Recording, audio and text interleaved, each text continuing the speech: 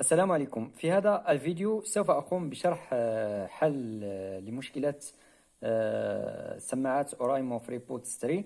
فهذا المشكل هو أنه السماعتين تشتغل كل واحدة على حدة، أن السماعتين لا تتصل فيما بينهما كما ترون.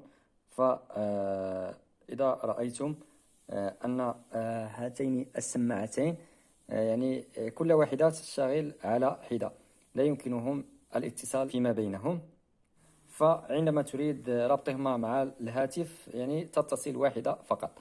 فالحل هو أننا سوف نضغط 3 مرات متتابعة على هذه السماعة، ثم 3 مرات على هذه السماعة، ثم مرتين، ثم مرتين هنا.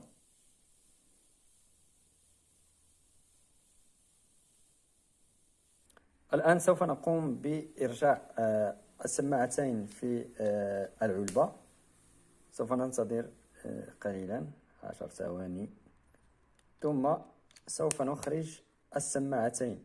فكما ترون ضوء هذا الضوء في السماعة اليسرى هو الذي يشتغل، أما بالنسبة للسماعة اليمنى فالضوء لا يشتغل. فهذا يعني أن هذه السماعة متصلة بهذه السماعة، فلقد تم حل المشكلة. فإذا استفدتم من الفيديو لا تبخلوا علينا بالاشتراك في القناة ولايك للفيديو. في أمان الله.